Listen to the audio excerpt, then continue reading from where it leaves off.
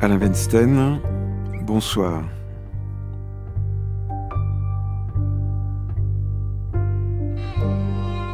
Du jour au lendemain, avec Pierre Lemaître, qui publie Au revoir là-haut, chez Albin Michel.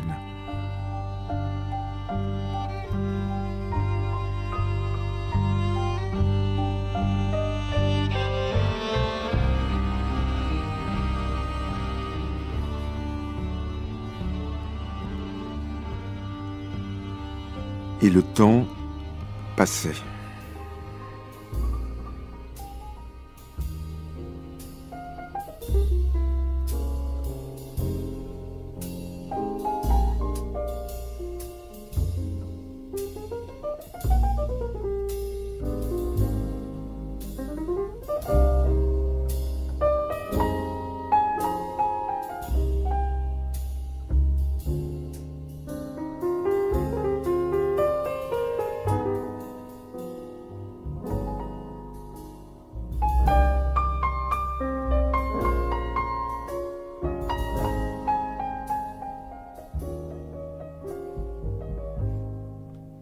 Votre livre, Pierre Lemaître, Au revoir là-haut, est présenté unanimement comme un temps fort de cette rentrée littéraire, si bien que on vous a beaucoup interviewé, vous avez beaucoup parlé à la radio, à la télévision, dans les journaux.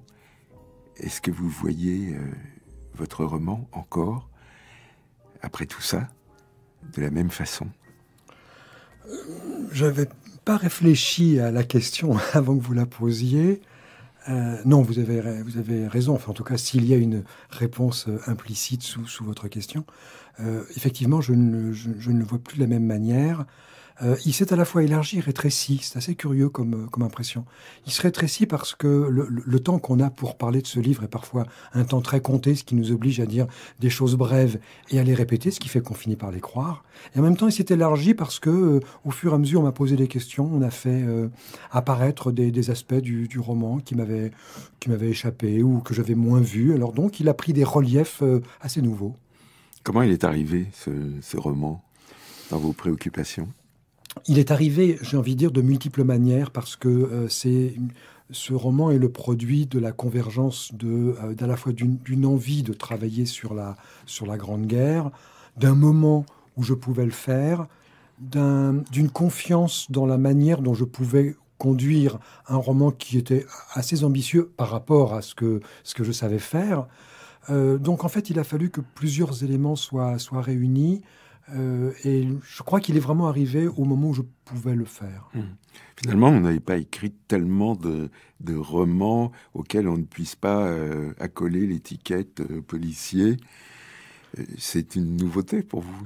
Tout à fait. Je suis assez, assez redevable à mon école d'origine, qui est l'école du roman policier ou du thriller, on l'appelle un peu comme on veut. Mais c'est vrai que j'ai commencé ma carrière en publiant un roman policier, et jusqu'à Au revoir là-haut, je n'avais publié que cela. Avec un premier livre au titre programmatique, Travail soigné. Oui, oui, tout à fait. Mais je dois honnêtement avouer que ce titre-là a été trouvé par mon éditeur de l'époque. Et éditeur miraculeusement trouvé, puisque vous l'aviez envoyé à 22 éditeurs qui vous avaient en retour envoyé 22 lettres de refus. Oui, c'est ce qu'on appelle carton plein, n'est-ce pas ? 22 refus, il fallait effectivement avoir une confiance bien accrochée à l'âme pour persévérer. Mais vous aviez le sentiment, en écrivant ces romans policiers, d'apprendre à écrire ? Oui et non. Oui, parce que à chaque livre, je me posais de nouvelles questions. Donc, j'avais le sentiment que quand je trouvais des réponses, même provisoires, j'avais le sentiment d'apprendre. En même temps, pas tant que ça, parce que c'est un genre dans lequel les mêmes repères se retrouvent à peu près tout le temps.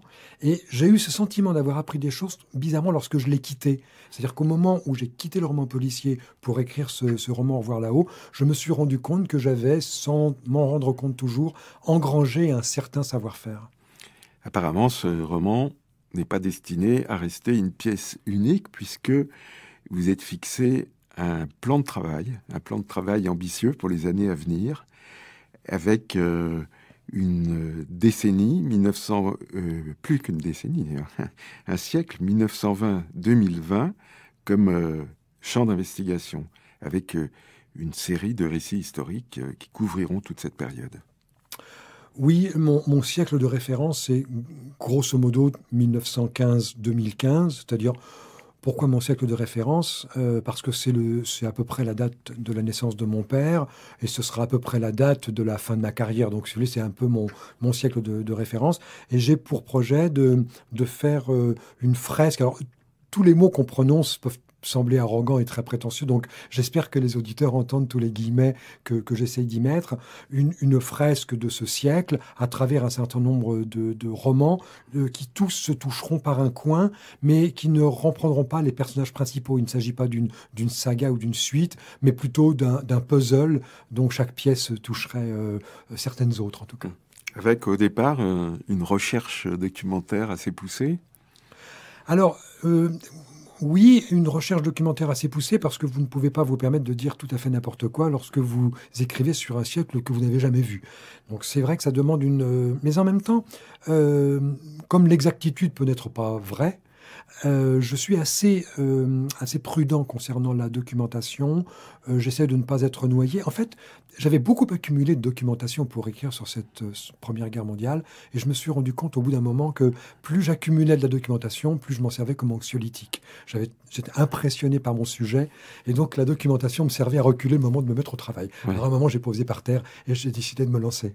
Là, en fin de volume, vous donnez une liste impressionnante de livres qui vous ont aidé. Donc vous faites une sorte de reconnaissance de dette, mais qui vous ont aidé quelquefois par leur simple présence, sans que vous ayez besoin de les consulter. Oui, il y a deux sortes de livres dans ces remerciements, dans ces références. Il y a ceux qui effectivement m'ont servi pour travailler, et en premier les livres des historiens. Je rends un hommage assez vibrant à Bruno Cabane, à qui je dois énormément, et à Béatrix Pau, puisque ces deux historiens m'ont fourni, involontairement, m'ont fourni la matière de cet ouvrage. Donc je les remercie très vivement. Et puis il y a un certain nombre d'autres auteurs qui simplement surgissent au moment où vous travaillez.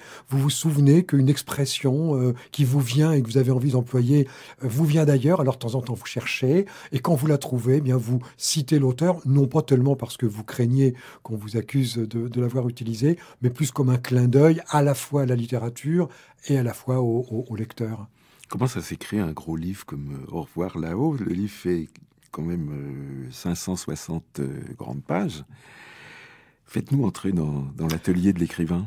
D'abord, on ne le fait pas exprès. C'est-à-dire que, non, ce qui est très curieux, je ne sais pas comment mes collègues ou mes confrères travaillent, mais je crois qu'une histoire, elle a une certaine épaisseur. Et quand vous commencez un livre, vous savez intuitivement que c'est un livre de 200 pages, ou de 300 ou de 500. Là, honnêtement, je ne le savais pas. Et je l'ai mal évalué. Je pensais vraiment ne pas faire un livre spécialement gros. Sauf que la matière nourrissait, c'est-à-dire de rebondissements en arrivée d'un nouveau personnage, d'idée en idée. Eh bien, le livre prenait un peu plus de dimension. J'ai beaucoup dégraissé pour ne pas faire un livre trop bavard. Il n'empêche, il l'est un peu. Vous ne l'avez pas écrit sur votre téléphone portable dans le métro? Non. Alors, ce qui compte pour vous, ce sont les personnages. Oui. Alors ça, vous l'évoquiez tout à l'heure, c'est une leçon, ça, du roman policier.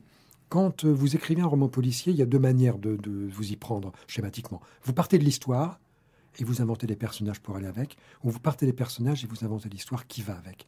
Et je me suis rendu compte que lorsqu'on part de l'histoire, assez fréquemment, on a du mal à faire exister les personnages, et du coup, vous avez des romans qui ont une très bonne mécanique narrative, une bonne histoire policière, mais avec des gens qui n'existent pas vraiment.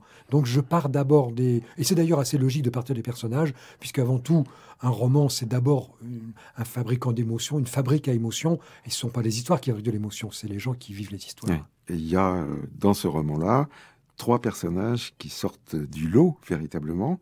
C'est Albert Maillard, Édouard Péricourt et Henri d'Aulnay-Pradel. On aura l'occasion de les rencontrer.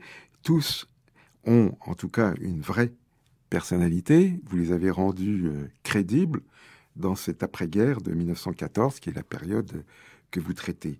Et à la force de ces personnages s'ajoute, et là aussi je pense que c'est une leçon du roman policier, un grand souci de fluidité de l'écriture. Oui, j'ai appris ça aussi du roman policier, à nouer une sorte de contrat implicite avec le lecteur. Et en changeant de genre, j'ai conservé les termes du contrat. C'est-à-dire que je continue d'essayer de tenir une histoire intéressante et de me soucier du lecteur, de ce qu'il va penser, de la manière dont il va accompagner cette histoire. Et c'est ce savoir-faire-là, qui est un peu technique, vient effectivement du roman policier. Moi, je me félicite de l'avoir conservé. Et qu'on retrouve aussi dans le sens du rebondissement, parce qu'il y a des rebondissements en tout genre là dans ce roman. Oui, des rebondissements, peut-être aussi du suspense, de la surprise. C'est vrai qu'un certain nombre d'ingrédients qui faisaient partie de la cuisine du roman policier me semblaient encore de bon goût en changeant de genre, et finalement prendre le rebondissement ou le climax ou le suspense du roman policier pour le placer dans un roman picaresque, un roman historique, ça marche plutôt pas mal. Mais on n'est pas, malgré tout, dans une narration pure et simple. On lit ce livre également comme une réflexion sur la guerre et sur l'après-guerre, ce qui est peut-être plus rare. Oui, tout à fait. C'est ce qui m'a intéressé, c'est cette minuscule fenêtre de temps qui va séparer l'armistice de 1918 des années 22-23, c'est-à-dire du début des années folles. Et cette petite fenêtre de temps montre quelque chose qui est extrêmement bouleversant, enfin moi qui m'a énormément serré le cœur, qui est le retour de ce qu'on n'appelait pas encore les vétérans, c'est-à-dire ces jeunes anciens combattants qui vont revenir dans un pays qui ne peut pas s'occuper d'eux et qui, d'une certaine manière, ne le souhaitent pas. Et c'est avant tout le propos. On parlait tout à l'heure de l'histoire ou des personnages, mais tout ça, c'est d'abord au service d'un propos. Et mon propos, c'est d'essayer de rendre justice à ces hommes qui ont été peut-être maltraités. Et qui ont été mis dans une guerre qui n'a jamais eu d'équivalent. Une guerre qui n'a pas eu d'équivalent, qui n'en aura plus jamais. Alors, de la barbarie, bien sûr, et puis je fais confiance à la fois à nos contemporains et à nos suivants pour inventer des barbaries nouvelles à chaque décennie. Mais enfin, cette guerre a quelque chose de tout à fait particulier. C'est la dernière guerre traditionnelle, c'est en même temps la première guerre moderne, et on va se battre quasiment à l'arme blanche dans certains moments du combat, et en même temps, c'est le début de l'aviation de combat, des premiers gaz asphyxiants, etc. Donc c'est une guerre qui est très particulière, et puis qui, du point de vue de son massacre, bat absolument tous les records. Nous sommes dans un studio où nous sommes séparés d'1,50 m. À Verdun, il va tomber 6 obus par mètre carré. C'est-à-dire que dans la table qui nous sépare l'un l'autre, il tomberait là une douzaine d'obus. Et certes, des jeunes gens de 25 ans ont survécu à cet enfer absolument dantesque d'une densité incroyable. Et quand ils vont revenir chez eux, on aura du mal à leur trouver ne serait-ce qu'un billet de logement, de leur retrouver un travail, de leur retrouver des vêtements, de leur verser leur pension, de leur verser le pécule. Et ces jeunes gens vont tomber dans la précarité, c'est un mot d'aujourd'hui, ils vont tomber à la limite de l'exclusion, ils vont devenir de nouveaux pauvres. C'est ça le sujet de mon livre. Nous parlions, Pierre Lemaitre, avant l'enregistrement de cette émission du grand âge, du temps qui passait à grands pas. Et évidemment, vous n'avez pas connu, vous, cette guerre de 14-18. Donc la connaissance que vous pouvez en avoir aujourd'hui, c'est principalement la fiction qui vous la donne. Ce sont des romans, des grands romans auxquels vous rendez hommage, d'ailleurs, ceux d'Henri Barbusse, de Maurice Genevoix, entre autres, de Jules Romain aussi, de Gabriel Chevalier. Oui, évidemment. La seule manière de connaître cette guerre aujourd'hui, c'est le livre. Vous savez, je crois qu'une guerre, il y a trois moments, hein. Il y a le moment de la guerre proprement dit. Il y a le moment ensuite du souvenir, c'est-à-dire le moment où on se souvient de la guerre parce qu'on l'a faite. Et puis, lorsque les derniers survivants de cette guerre ont disparu, on rentre dans la mémoire, hein.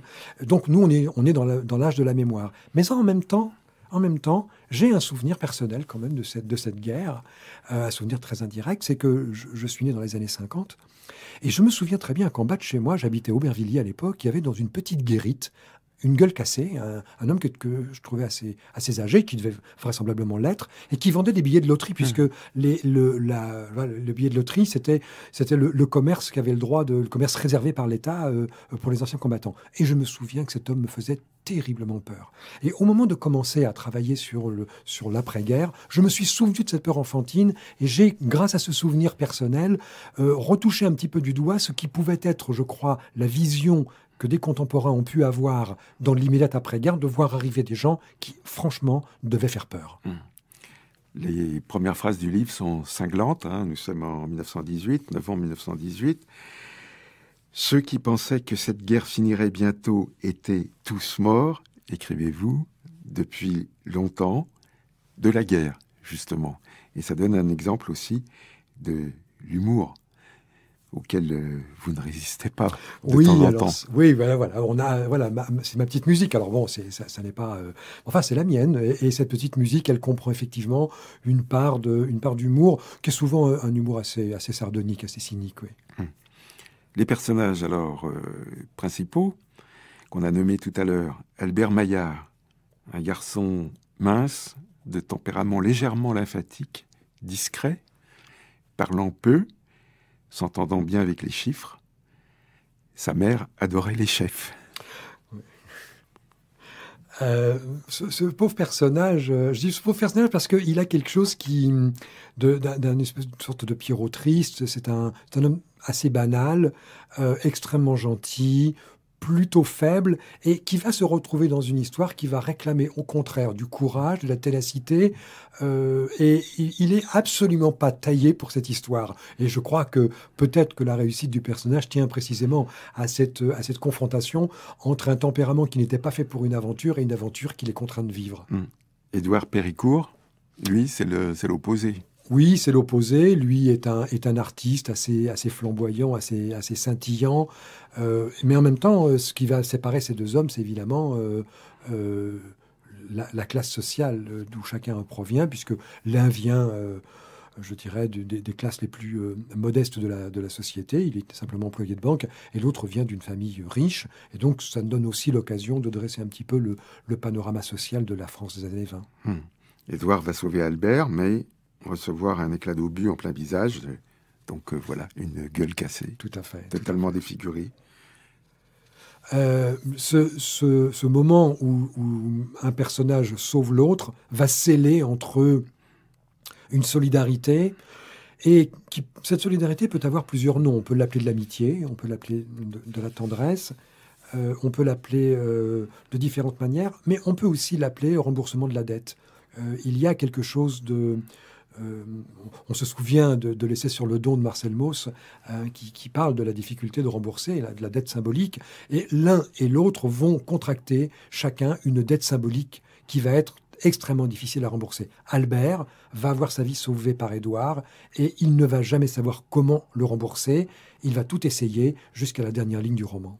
Et puis il y a cet autre personnage, le troisième, Henri d'Aulnay-Pradel. Alors c'est encore autre chose, lui, c'est au Jockey Club qu'on le rencontre. C'est au Jockey Club qu'on le rencontre. Je me suis servi d'une scène, je me suis souvenu en écrivant cette scène, d'une scène où Bazin de Guermantes rentre dans le salon d'Oriane, et comme ça salue les gens. On a le sentiment qu'il va donner son anneau papal à baiser aux gens qui sont dans le salon. Et je me suis souvenu de cette scène pour faire entrer Monsieur Péricourt et le mettre face à Henri d'Aulnay-Pradel, qui est effectivement le troisième personnage de cette histoire, qui lui est un aristocrate désargenté qui court après la reconstruction de sa fortune perdue. Qui va se montrer d'un cynisme absolue. Oui, il savait, c'est aussi une leçon, vous en parliez tout à l'heure, donc c'est aussi une leçon du roman policier, c'est que vous avez besoin, dans un roman policier, que les concepts soient incarnés par des vrais personnages. Donc pour moi, le concept de l'adversité à laquelle se heurtent mes deux soldats plongés dans la précarité, il fallait que cette adversité soit incarnée, et donc j'ai choisi de la faire incarner par le lieutenant Pradel. Avec une sombre histoire de cercueil. Oui, c'est une histoire que je dois à Béatrix Pau, qui est une historienne qui a écrit sur le sujet. Pour le dire en trois mots, au moment où la guerre se termine, dans des cimetières improvisés à quelques centaines de mètres, quelques kilomètres des lignes de front, sont enterrés 750 000, 800 000, peut-être 1 million d'hommes. Arrivés à la fin de la guerre, il faut naturellement les déterrer, soit les rendre aux familles, soit les transférer dans de grandes nécropoles militaires. Et c'est pas rien. C'est d'abord sanitairement, c'est quelque chose de tout à fait considérable. Puis techniquement, c'est un travail énorme. Et le gouvernement incapable logistiquement de prendre cette affaire en charge, va passer des contrats avec des sociétés privées qui vont faire un commerce absolument éhonté sur les cadavres de ces malheureux. C'est quelque chose qui vous serre le cœur lorsque vous y pensez, d'imaginer que déjà les vivants sont pas très bien accueillis parce que la France n'a pas les moyens de s'occuper d'eux, mais même ceux qui sont morts, enfin pas tous, mais que certains de ceux qui sont morts vont être l'objet d'un négoce. Il faut penser qu'on a fabriqué des cercueils d'1,30 m pour y faire rentrer des hommes d'1,60 m, 70, et que pour ça, il a fallu couper les têtes, couper les pieds. Enfin, c'est quelque chose d'absolument épouvantable. Tout ça pour gagner 25 francs sur un cercueil, 10 francs sur un transport, 15 francs sur un coup de pioche. C'est quelque chose qui vous serre le cœur un siècle plus tard. Donc c'est l'après-guerre, et l'un des mobiles, si j'ose dire, de l'après-guerre que vous avez voulu aussi décrire dans le roman, Pierre Lemaitre, c'est ce qu'on appelle la démobilisation. Oui, chose que je ne savais pas du tout lorsque j'ai étudié cette période-là, c'est qu'en 1918, la France a consacré toutes ses forces vives à l'effort de guerre. Et en 1918, elle est totalement désorganisée, elle n'a plus d'infrastructure. Logistiquement, les choses sont devenues très difficiles. Il n'y a plus de train, il n'y a plus de voitures, il n'y a plus de ligne de chemin de fer. Voilà, tout a été, dans le nord du pays et dans l'est, tout a été démoli. Et donc, on a 5 millions de types à démobiliser. Et c'est pas rien, hein. Il faut leur faire passer une visite médicale, il faut les habiller, il faut leur trouver un billet de logement. Enfin, c'est extrêmement compliqué, une démobilisation. Et ça, Bruno Cabane le raconte extrêmement bien dans son livre La victoire endeuillée. Et certains soldats vont rester 6 mois, 7 mois, 8 mois sous les drapeaux, alors que la guerre est terminée. Et on va continuer, puisqu'ils sont sous le drapeau, qu'ils sont encore soldats, à leur faire des tours, à les faire marcher au pas, à leur couper les cheveux, à les envoyer au mitard quand il manque de respect à leur chef. C'est-à-dire, on est vraiment dans un monde absolument absurde, où ces hommes qui ont déjà fait 3 ans ou 4 ans de guerre, parfois 50 mois de guerre, continuent de marcher au pas dans des casernes rendues inutiles par un armistice qui a été signé depuis plusieurs semaines. L'absurdité est partout, d'ailleurs. À commencer par cette affaire des cercueils que vous rappeliez. Mais il y en a une autre qui vaut son pesant d'or, c'est l'affaire des monuments aux morts. Oui, alors vous dites pesant d'or, vous choisissez très, très judicieusement l'expression. Parallèlement au fait que la France va avoir beaucoup de mal à s'occuper des hommes qui reviennent et qui sont vivants, eh bien, la France va commémorer les morts d'une manière absolument fébrile. On va ériger plus de 30 000 monuments aux morts dans les quelques années qui vont directement suivre l'après-guerre. Ce qui veut dire que c'est un énorme marché, on appellera cela le marché du siècle, mais on ne peut pas payer des artistes pour faire des monuments originaux. On va donc fabriquer des monuments industriels, des fonderies vont faire des catalogues de monuments morts, et on peut avoir le poilu brandissant un drapeau pour 235 francs, le coq gaulois pour 90 francs, la stèle pour 29 francs. Enfin, bon, je dis des chiffres qui sont évidemment de mémoire, mais c'est vrai qu'on est devant un marché absolument considérable. D'après Édouard, 30 000 monuments à 10 000 francs, ça représente 300 millions de francs. Oui, c'est ça. Et oui, ça représente énormément d'argent. Donc c'est très tentant pour des gens qui sont dans une situation de précarité d'essayer de se servir et de taper dans la caisse. Qui veulent vendre les monuments, mais pas les fabriquer. Oui, tout à fait. Ouais. Ils les vendent et s'en vont avec la caisse. Oui, ils sont très astucieux parce qu'ils fabriquent en fait un faux un faux catalogue, ils vendent des monuments en très très grand nombre, ils fabriquent des promotions même. Hein. Si vous achetez le monument avant le 11 novembre prochain, vous aurez 30% de remise à condition de payer des arts plus importantes. Et ensuite, ils partent avec la caisse. Albert dit non, tout de même. Oui, alors pour deux raisons. D'abord parce qu'il a un peu de morale, et puis surtout parce qu'il est très très peureux. Est-ce qu'il va finir par accepter? Oui, là encore, on rejoint la question de la dette, c'est-à-dire il a en charge de s'occuper de son ami Édouard, il a besoin d'argent, il veut fuir, il veut partir, il veut refaire sa vie, il essaie de trouver une issue, et au bout d'un moment, cette issue lui semble finalement la seule possible. Partir aux colonies? C'est le grand fantasme de l'époque aussi. Dans les affaires prometteuses? Ouais. Mais c'est toujours non, tout de même. C'est toujours non. Comment dire? Il est pris en étau entre un besoin et une peur, entre le désir de faire plaisir à son ami qui, lui, a envie de se lancer dans cette affaire, et en même temps un certain sens moral. Il a le sentiment, lui, de faire quelque chose de sacrilège. Ce que n'a pas du tout Édouard, qui, lui, veut se lancer dans cette affaire. En cela, ce jeune Édouard ressemble beaucoup à son père, qui est un grand bourgeois qui a vraisemblablement profité de la guerre. D'une certaine manière, il a le cynisme de son père, même si... vraisemblablement, enfin comme dans le roman on le voit, il n'aime pas son père et conteste ses valeurs. Il n'empêche qu'il a bien hérité des mêmes.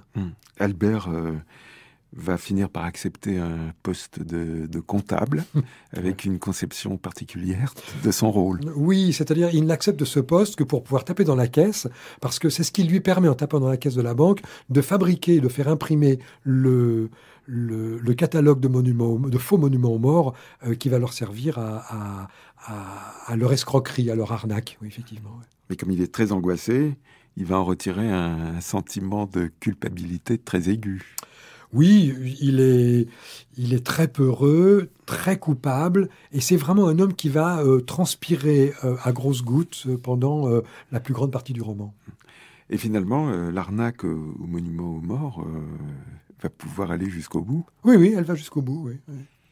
Il y a des adresses à écrire, 10 000 adresses à écrire, si on exclut Paris et sa périphérie, qui est trop proche du siège de l'entreprise. Alors, c'est pour ça que tout le monde s'attaque à la province et aux villes moyennes. Et ça va marcher. Hein, ils en sont à 34 000 francs chacun. Albert n'a jamais possédé autant d'argent. Oui, l'arnaque commence à fonctionner, il y a des hauts et des bas, et puis, effectivement, il y a un agent déclencheur à un moment. Édouard a l'idée de faire une promotion très, très particulière, et donc ça va attirer les... Il faut savoir que ces monuments sont payés principalement par des souscriptions populaires. Le gouvernement, l'État, donne relativement peu d'argent, et ce sont donc des familles de soldats morts qui, le plus souvent, se cotisent, lancent des souscriptions pour avoir sur la place de leur village un monument avec le nom de leur frère, de leur fils. C'est cet argent-là avec lequel les héros vont partir, et le paradoxe évidemment est que ce soit d'anciens combattants qui n'ont pas d'autre solution, leur semble-t-il, que d'arnaquer la famille de leurs camarades morts au combat, d'une certaine manière. Mais heureusement, il y a des redresseurs de tort.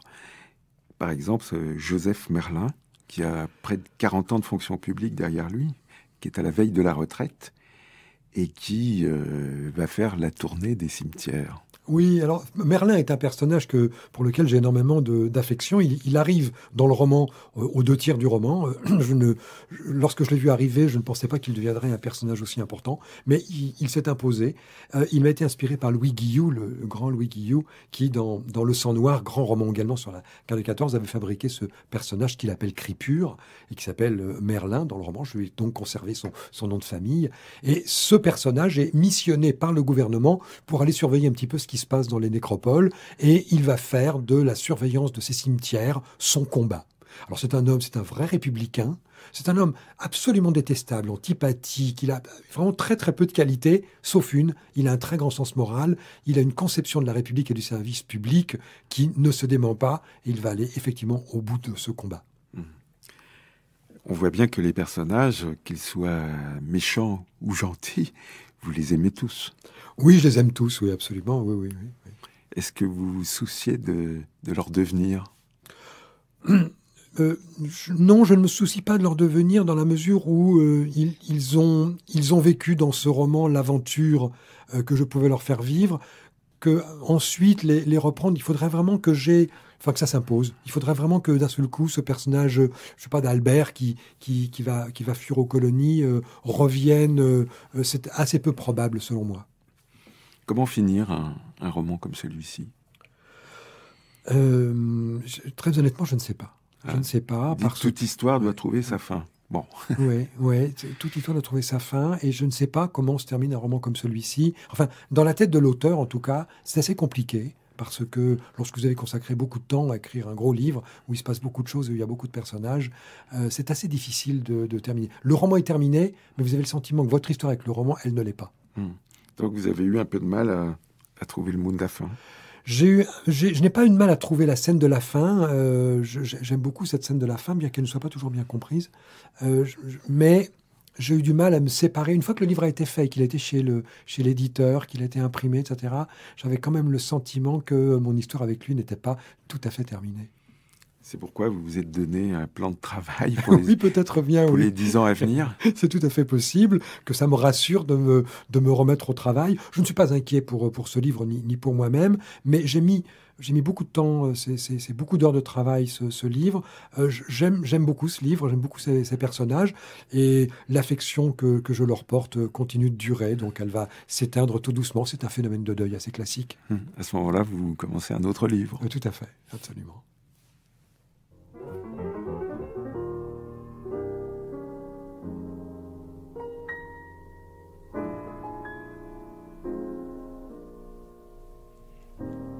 Au revoir là-haut, le roman de Pierre Lemaitre est publié chez Albin Michel.